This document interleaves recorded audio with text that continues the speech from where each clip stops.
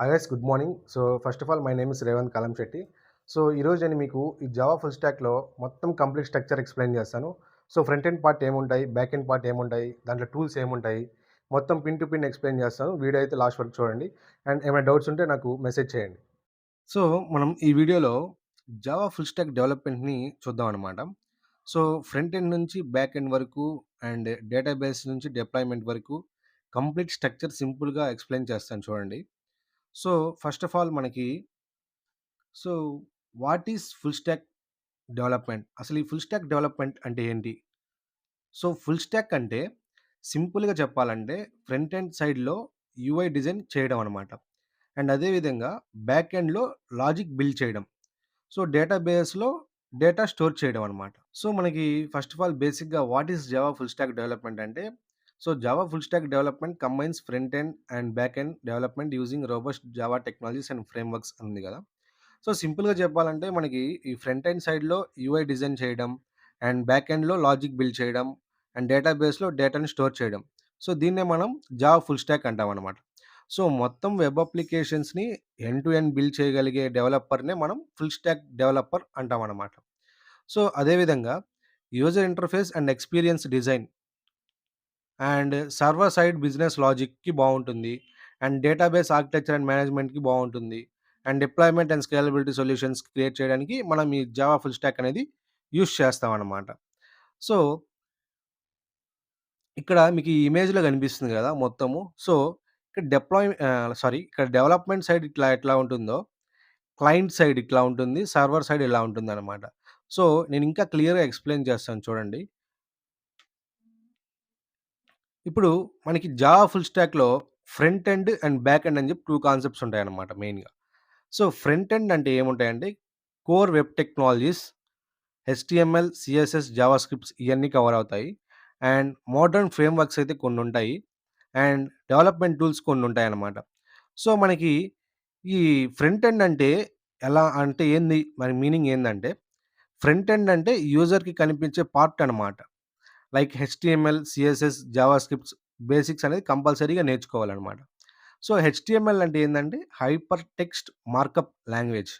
So ఇది ఎందుకు use చేస్తామంటే ఆ వెబ్ పేజెస్‌ని క్రియేట్ చేసేదానికి. ఫర్ ఎగ్జాంపుల్ మనం let us take an example Zomato.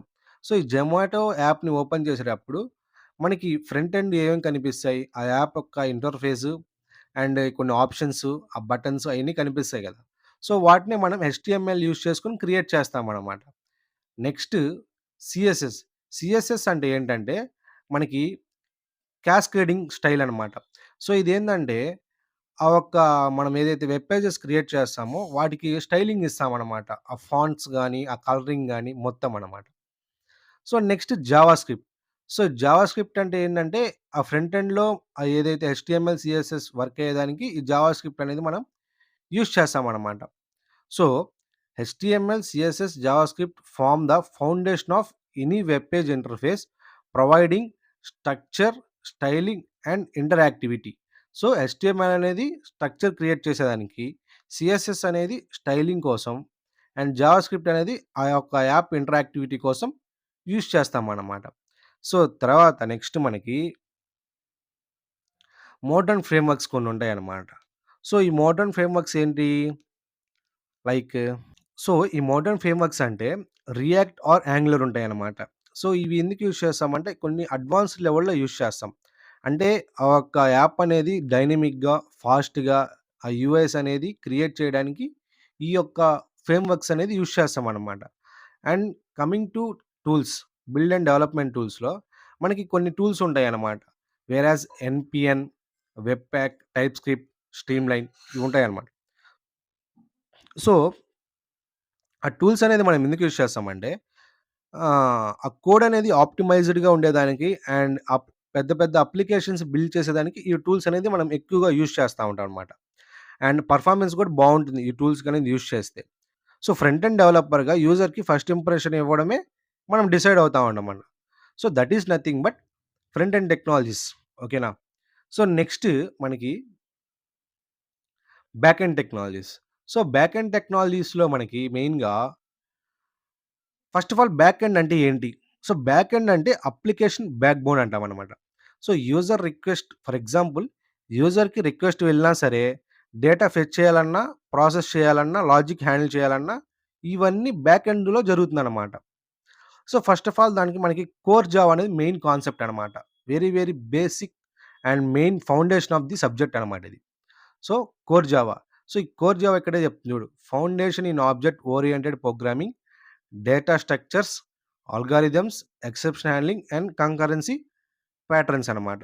So, మనకి మెయిన్‌గా ఈ OOPs concepts and collections, exception handling, multi threading concepts, ఈ file handling concept very, very most important concepts in core Java. So, next మనకి కొన్ని frameworks ఉంటాయి back ఎండ్‌లో గూడా. వాటిని మనం spring framework and Spring boot అంటాం. సో, స్ప్రింగ్ అనేది డిఫరెంట్. స్ప్రింగ్ బూట్ అనేది డిఫరెంట్ అనమాట. 2 చాలామంది ఒకటే అనుకుంటారు. సో, స్ప్రింగ్ ఫ్రేమ్‌వర్క్ అనేది డిఫరెంట్. స్ప్రింగ్ బూట్ అనేది డిఫరెంట్ అనమాట. సో, ఇది ఎందుకు యూజ్ చేస్తామంటే, మనకి ఒక ఫర్ ఎగ్జాంపుల్ మనం ఏదైతే క్రియేట్ చేస్తున్నామో యాప్ అనేది, సో, వాటికి ఆ యొక్క security and dependency injection use చేసుకొని చేస్తామనమాట ఇవన్నీ. సో, ఇక్కడే ఉంటుంది చూడండి. Industry standard frameworks that simplify rest API creation, dependency injection, security and micro services architecture. So, ఈ మైక్రో సర్వీసెస్ అనేది కూడా మనం యూజ్ చేసుకొని, ఆ ఒక్క యాప్ అనేది ఏదైతే బిల్డ్ చేస్తున్నామో వాటికి సెక్యూరిటీ కోసం మనం ఈ ఫ్రేమ్‌వర్క్ అనేది యూజ్ చేస్తామనమాట. సో, సెక్యూరిటీ అంటే ఏంటంటే ఇక్కడ మన యొక్క డీటెయిల్స్ ఫర్ ఎగ్జాంపుల్ నేను ఇందాక చెప్పినట్టు జొమాటో ఎగ్జాంపుల్ జెప్పాను. దాంట్లో మీ యొక్క అడ్రెసెస్, మీ యొక్క ప్రొఫైల్ నేము, మీ యొక్క ఫోను నంబరు ఇవన్నీ ఇస్తారు. సో, అది థర్డ్ పార్టీ యాక్టివిటీస్ వాళ్ళు అవి యాక్సెస్ చేసుకోకుండా ఉండేదానికి మనం ఈ Spring framework and Spring Boot అనేది మైక్రో సర్వీస్ ఆర్కిటెక్చర్ యూజ్ చేసుకొని బిల్డ్ చేస్తామనమాట. సో, నెక్స్ట్ థర్డ్‌ది జేపీఏ అండ్ హైబర్నెట్. సో, ఇవి కూడా చాలా మోస్ట్ ఇంపార్టెంట్ కాన్సెప్ట్స్ అనమాట. సో, జేపీఏ అంటే Java persistence API and Hibernate provide elegant object relational mapping for seamless database interaction. అంటే డేటాబేస్‌లో మనం సేవ్ చేసుకోవచ్చు, అప్డేట్ చేసుకోవచ్చు, డిలీట్ చేసుకోవచ్చు, రిట్రీవ్ చేసుకోవచ్చనమాట. ఏమి డేటా అనేది. సో, డేటా అనేది సేవ్ చేసుకోవచ్చు, అప్డేట్ చేసుకోవచ్చు, డిలీట్ చేసుకోవచ్చు అండ్ అదే విధంగా రిట్రీవ్ చేసుకోవచ్చనమాట. సో, ఈ ఆపరేషన్స్‌ని మాన్యువల్ క్వెరీస్ కాకుండా ఆబ్జెక్ట్ ఓరియెంటెడ్‌గా ఈజీగా చేసుకునేదానికే మనం ఈ యొక్క జేపీఏ అండ్ హైబర్నెట్ అనేది యూజ్ చేస్తామనమాట. మనకి డేటాబేస్ లేయర్. సో, ఇది కూడా చాలా కీ రోల్ ప్లే చేస్తుందనమాట మనకి. సో, ఈ డేటాబేస్ లేయర్ అంటే ఏంటి? అసలు ఇది ఎందుకు యూజ్ చేస్తాం? సో, ఫర్ ఎగ్జాంపుల్ ఒక యాప్ బిల్డ్ అయ్యాక డేటా ఎక్కడ స్టోర్ అవుతుంది మనకి? తెలీదు. సో, ఈ డేటాబేస్ లేయర్ అనేది దానికి యూజ్ చేస్తామనమాట మనం. సో, ఎంటర్‌ప్రైజ్ యాప్స్‌లో మోస్ట్‌లీ కామన్‌గా మనం యూజ్ చేసేదేందంటే, ఈ మైఎస్‌క్యూఎల్ అండ్ పోస్ట్‌గ్రెస్‌క్యూఎల్ అనేది ఎక్కువగా మనం యూజ్ చేస్తామనమాట. So, relational database MySQL and PostgreSQL are go to choice for structured transactional data with strong consistency guarantees and ACID compliance అంట. సో, ఇవేంటంటే మనం ఏదైతే యాప్స్ క్రియేట్ చేస్తున్నామో ఎంటర్‌ప్రైజ్ లెవెల్‌లో ఆ యాప్స్ ఏదైతే క్రియేట్ చేస్తున్నామో, వాటికి మనం ఏ డేటాబేస్ ఎక్కువ యూజ్ చేస్తామంటే మైఎస్‌క్యూఎల్ అండ్ పోస్ట్‌గ్రెస్‌క్యూఎల్ అనేది ఎక్కువగా యూజ్ చేస్తామనమాట. ఈ డేటాబేస్ లేయర్‌లో. సో, ఇక్కడ నేను యాసిడ్ కంప్లెయిన్స్ అండ్ ఇది చెప్పాను గదా! సో, ఇదేందంటే రియలబిలిటీ బాగుండేదంటూ ఫర్ ఎగ్జాంపుల్ స్ట్రక్చర్డ్ డేటాకి పర్ఫెక్ట్‌గా యూజ్ అవుతుందనమాట. ఇది నేనేదైతే చెప్పాను ఇప్పుడు యాసిడ్ కంప్లెయిన్స్ అనేది. సో, అదే విధంగా అన్‌స్ట్రక్చర్డ్ డేటాకి మనం మాంగోడీబీ అనేది ఎక్కువగా యూజ్ చేస్తాం. బ్యాక్ ఎండ్‌కి ఫర్ ఎగ్జాంపుల్ నేను ఇప్పుడు చెప్తాను గదా! డేటాబేస్ కమ్యూనికేషన్ ఎలా ఉంటుందంటే 2 ఫార్మ్స్‌లో ఉంటదనమాట. సో, కనెక్టివిటీ ఎలా ఉంటుందంటే 2 ఫార్మ్స్‌లో ఉంటుంది. ఎలాగా? JDBC through JDBC. So, use JDBC for direct database access or spring data for simplified abstracted data operations with less boilerplate code. అంటే ఏందంటే జేడీబీసీ అనేది మనం ఎందుకు యూజ్ చేస్తామంటే మాన్యువల్‌గా ఎస్‌క్యూఎల్ క్వెరీస్ రాయాలంటే ఈ జేడీబీసీ అనేది యూజ్ చేస్తాం. వేరాస్ స్ప్రింగ్ డేటా అనేది అంటే స్ప్రింగ్ డేటా జేపీఏ అంటే ఏందంటే సింపుల్‌గా మనం కర్డ్ ఆపరేషన్స్ అని కొన్ని ఉంటాయన్నమాట. ఇన్ డెప్త్ కాన్సెప్ట్స్‌కెళ్ళాక నేను ఇంకా సింప్లిఫై చేసి ప్రతి ఒక్క పాయింట్ క్లీన్‌గా చెప్తానింకా. జస్ట్ మీకు ఓవరాల్‌గా ఫుల్ స్టాక్ డెవలప్‌మెంట్ అంటే ఏంటి అని చెప్పేదానికి నేను ఒక స్ట్రక్చర్ లాగా చెప్తున్నాను మీకంతే. వాటిలో ఏమేమి టర్మ్స్ ఉంటాయి, ఏమేమి ఆపరేషన్స్ ఉంటాయి, ఏమేమి టెక్నాలజీస్ యూజ్ చేస్తాం మనం అనేది చెప్తున్నానంట. సో, ఇప్పుడు నేను చెప్పాను గదా! స్ప్రింగ్ డేటా జేపీఏ అంటే సింపుల్‌గా కర్డ్ ఆపరేషన్స్ యూజ్ చేసుకొని జీరో ఎస్‌క్యూఎల్ కోడింగ్ కోసం మనం ఈ యొక్క స్ప్రింగ్ డేటా జేపీ అనేది యూజ్ చేస్తామన్నమాట. ఓకేనా? సో, ఇలాంటి డేటాబేస్ లేయర్ వల్లనే యాప్స్‌కి ఏమవుతుంది మనకి ఆ డేటా అనేది యూజర్‌కి సేఫ్‌గా ఉంటుందన్నమాట. సో, ఆ సేఫ్ పర్పస్ కోసం మనం ఈ డేటాబేస్ లేయర్‌ని యూజ్ చేసుకొని ఒక డీటెయిల్స్ అనేది మనం ప్రొవైడ్ చేస్తామన్నమాట. సో, నెక్స్ట్ మనకి సపోర్టింగ్ టూల్స్ అండ్ ప్రాక్టీసెస్ అని కొన్నుంటాయి. సో, సపోర్టింగ్ టూల్స్ అంటే version control, build automation, containerization, CI CD pipelines. So, full stack డెవలపర్‌కి ఈ టూల్స్ అనేది చాలా ఇంపార్టెంట్ అనమాట. సో, ఫుల్ స్టాక్ డెవలపర్‌కి ఈ టూల్స్ అనేది చాలా ఇంపార్టెంట్ అనమాట. సో, ఎందుకంటే ప్రాజెక్ట్ స్కేల్ అయ్యే టైంలో కాంప్లెక్సిటీ అనేది పెరిగిపోతా ఉంటుంది. సో, అందుకోసం ఈ టూల్స్ అనేది యూజ్ చేస్తాం మనం మెయిన్‌గా. So, Git and Git hub first of all version కంట్రోల్‌లో మనకి గిట్ అండ్ గిట్ హబ్ అని ఉంటదనమాట. సో, ఈ గిట్ అండ్ గిట్ హబ్ అంటే ఏంది? ఎందుకు యూజ్ చేస్తామంటే కోడ్‌ని మనం ట్రాక్ చేస్తాం. సో, కోడ్ ట్రాకింగ్ కోసం, ఈ వెర్షన్ కంట్రోల్ కోసం అండ్ కొలాబరేషన్స్ కోసం ఈ గిట్ అండ్ గిటబ్ అనేది ఎక్కువగా యూజ్ చేస్తామనమాట మనం.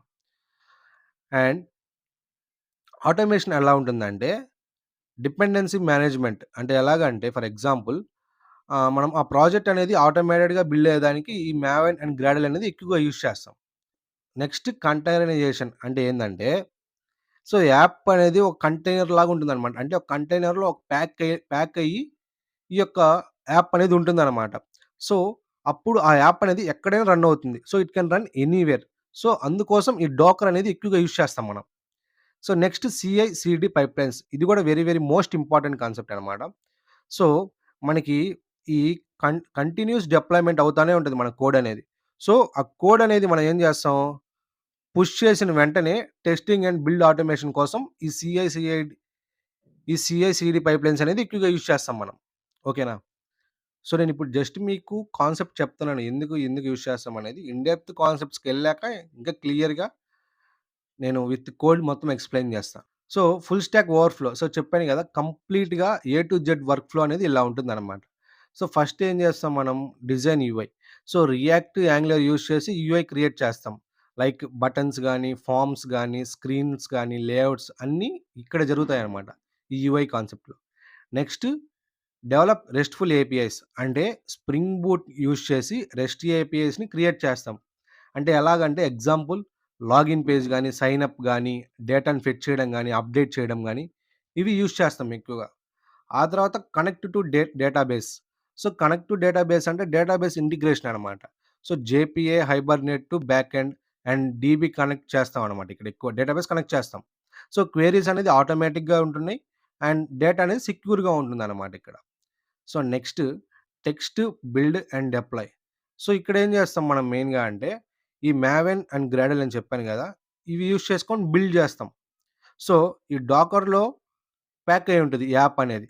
అండ్ మనం డిప్లాయ్ చేస్తాం. ఎక్కడ ఏ సర్వర్‌లో అయినా, ఏ క్లౌడ్‌లో అయినా ఎక్కడైనా డిప్లాయ్ చేసుకోవచ్చనమాట. So, that is nothing but test build and deploy. So, next manage and collaboration అని ఉంది గదా! సో, మేనేజ్ అండ్ కొలాబరేషన్ అంటే గిట్‌హబ్‌లో ట్రాక్ చేంజెస్ చేసుకోవడానికి, బ్రాంచెస్‌ని మెర్జ్ చేసేదానికి ఇది యూజ్ చేస్తాం మనం. సో, ఇది ఒక కంప్లీట్ డెవలపర్‌కి రిక్వైర్డ్ టూల్ లైఫ్ సైకిల్ అనమాట. సో, నెక్స్ట్ మనకి ఇది main. Why learn Java full stack. మనం ఎందుకు జావా ఫుల్ స్టాక్ నేర్చుకోవాలి? దానివల్ల యూజ్ ఏంటి? So, high market demand, end to end capability, robust ecosystem. So, high market demand. So, మార్కెట్‌లో Java full స్టాక్‌కి డిమాండ్ ఎప్పుడు ఎక్కువగానే ఉంటుంది. ఎప్పుడు పెరుగుతానే ఉంటది గానీ, ఎప్పటికి తగ్గదు. డే బై డే ఇంకా దాంట్లో టెక్నాలజీస్, దాంట్లో టూల్స్ అనేది బిల్డ్ అవుతానే ఉంటాయి గానీ, తగ్గేదైతే ఉండదు. సో, కంపెనీస్ అనేది ఎండ్ టు ఎండ్ డెవలపర్స్‌ని ప్రిఫర్ చేస్తది ఎక్కువగా మనకి. అండ్ ఇంకోటేంది జావాలో ఎకోసిస్టమ్ అనేది చాలా సెక్యూర్‌గా ఉంటుంది. రిలయబుల్‌గా ఉంటుందనమాట. అండ్ స్ప్రింగ్ బూట్, మైక్రో సర్వీసెస్‌కి ఎప్పుడు గూడా డిమాండ్ అనేది చాలా స్కై హైలో ఉంటుందనమాట. అండ్ ఎంఎన్‌సి కంపెనీస్‌కి జాబ్స్ అనేది ఎక్కువగా ఉంటాయి. అండ్ స్టార్టప్స్ గాని, లైక్ ప్రొడక్ట్ బేస్డ్ కంపెనీస్ గాని, ఎక్కడైనా ఈ జావా ఫుల్ స్టాక్ అనేది కంపల్సరీగా యూజ్ చేస్తారు. యూజ్ చేయాల్సిందే. అది. ఫుల్ స్టాక్ డెవలపర్‌గా నీకు ఫుల్ కంట్రోల్ ఉంటుంది. అండ్ ఆల్సో యూఐ క్రియేట్ చేయొచ్చనమాట. ఏపీఎస్‌ని డెవలప్ చేయొచ్చు. డేటాబేస్‌ని హ్యాండిల్ జేయొచ్చు. అండ్ డిప్లాయ్ కూడా చేయొచ్చనమాట. అంటే సాలరీ అనేది గూడా దీంట్లో ఎక్కువగానే ఉంటుంది. ఆపర్చునిటీస్ ఎక్కువగా ఉంటాయి. అండ్ గ్రోత్ అనేది బావుంటుంది. మళ్ళీ ఏమైనా ప్రాజెక్ట్ చేస్తే మొత్తం ఓనర్‌షిప్ నీ చేతుల్లోనే ఉంటుందనమాట. సో, జావా ఫుల్ స్టాక్ అనేది ఎలా జెప్పాలంటే Java full stack learning is one of the best career moves right now according to my suggestion. So, చూసారు గదా! కంప్లీట్‌గా ఇదైతే overall Java full stack complete structure అనమాట. So, see you in the next one.